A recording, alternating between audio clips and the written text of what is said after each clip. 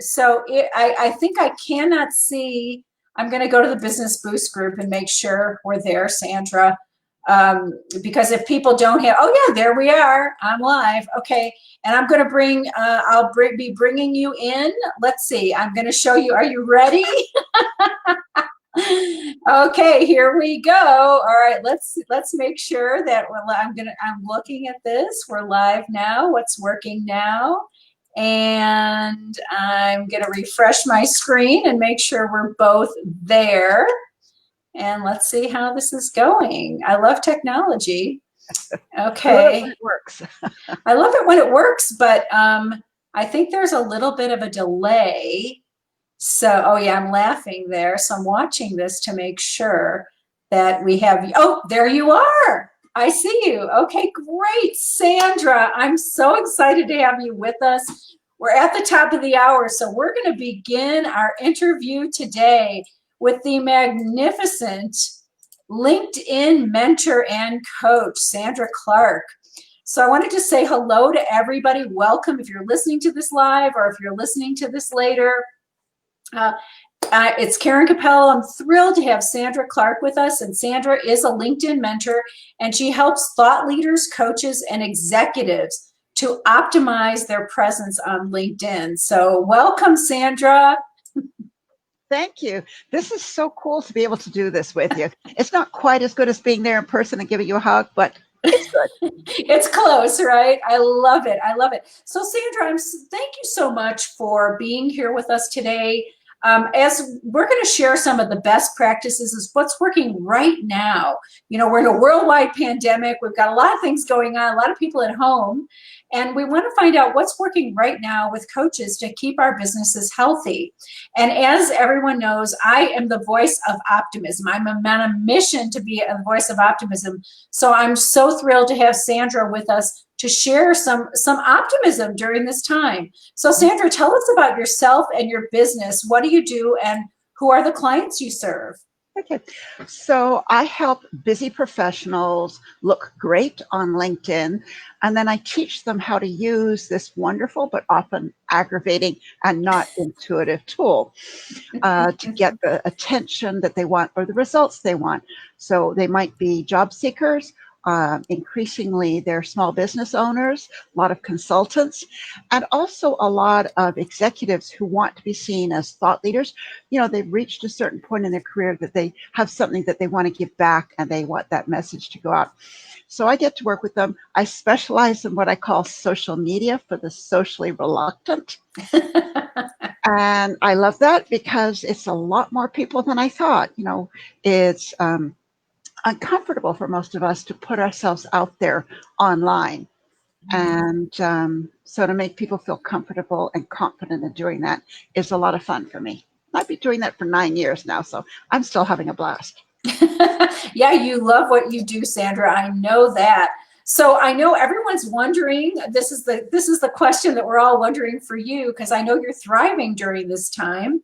Every time I see you posting in our groups, you've got more and more clients and more work to do. In fact, thank you so much for taking time out for this interview. So what's working best now during this time of stay at home for everyone? Well, for me, in many ways, it's not that much different because my business was always online. And I'm seeing a lot of people who have some time now because they're not commuting. Sometimes they're not even able to do their job at home. And they've always said they wanted to work on LinkedIn and they just didn't have time. Now they do. So they're finding that time now to work with me. And this is the perfect time, whether you're growing your business, working on your career in any way, to do something to take care of that, because you don't want to hear 6 months from now again, oh, I don't have time, and you didn't take advantage of this time. So it's perfect for all of us to build some really good basics to our business. Yes, and Sandra, what would you say to other coaches, maybe if they're not doing LinkedIn, how do you think it's possible, and how are you getting clients right now? What are you doing? I think one of the things, that I've always done is consistency. Uh, Mhm. Stay the course, whatever kinds of efforts you're doing, and of course, The business program is wonderful for that because you've got a measured program of things to do every day. Now, you may not see results immediately. In fact, you probably won't.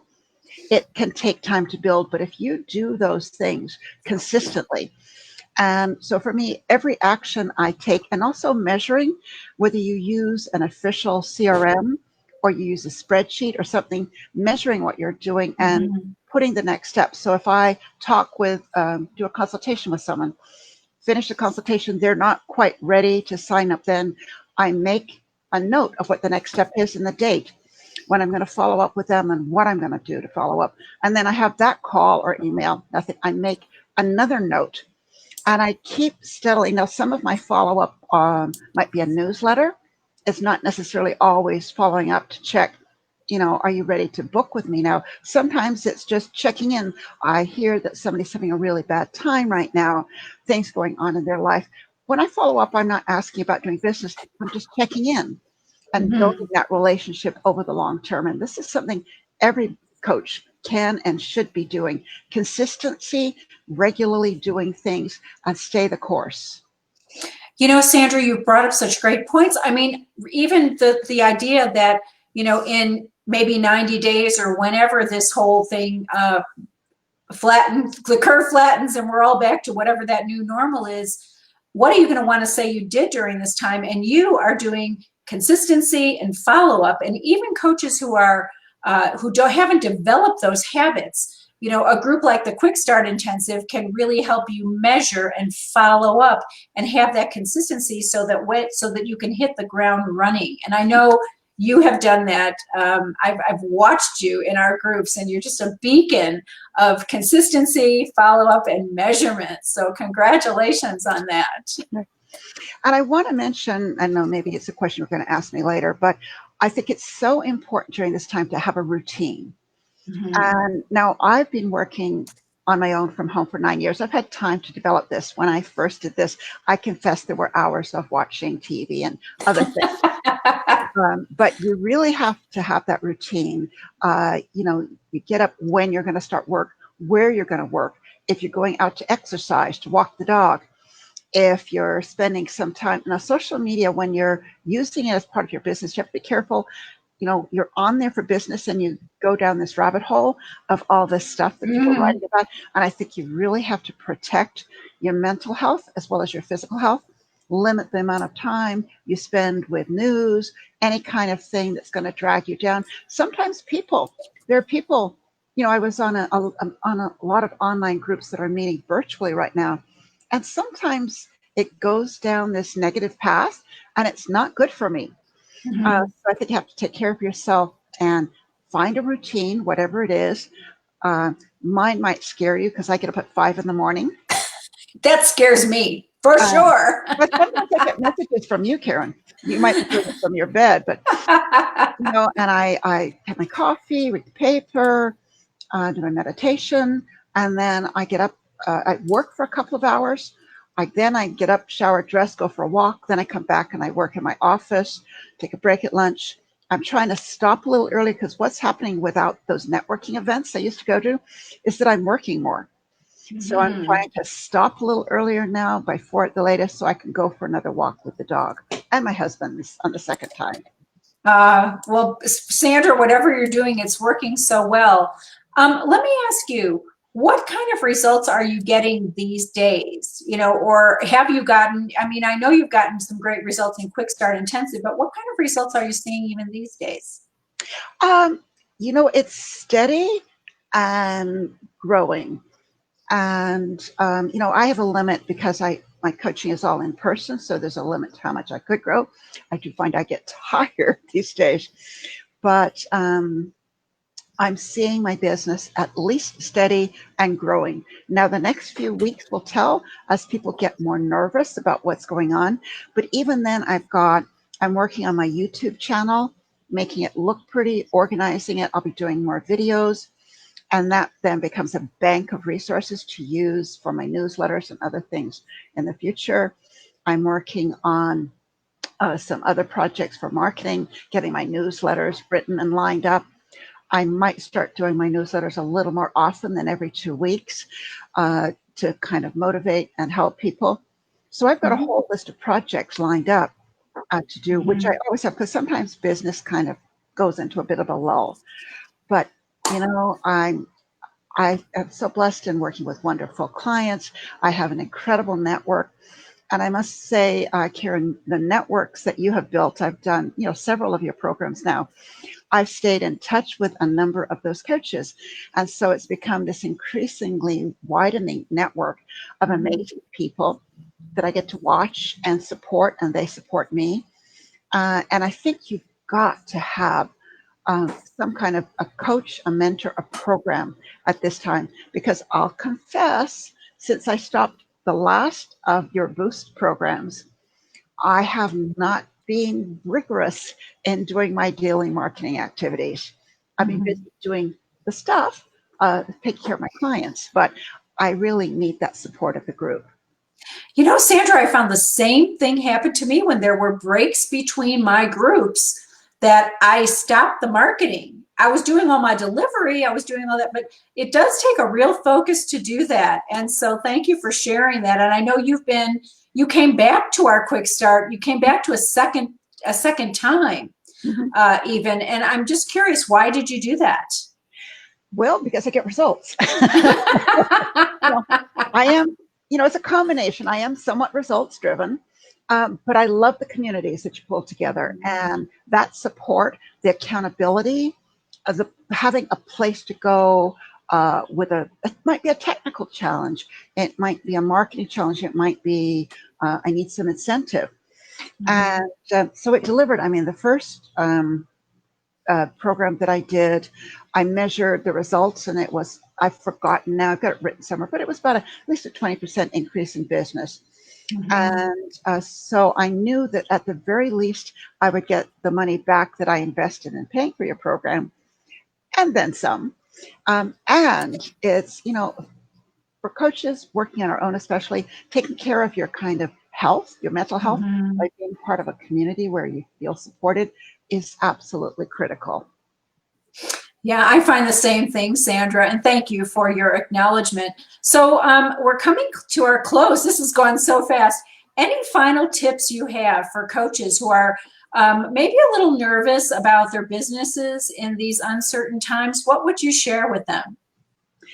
Well, it's a scary time. It's a crazy time. And, I don't want to say take advantage of the situation because sort of sounds wrong somehow when everything so terrible is going on. But you've no excuse to not do the steps. They might not Mhm. result in anything right now, but I know one of the coaches when I worked with her in she was in the group in the first boost, and she had zero revenue for that 3 month period.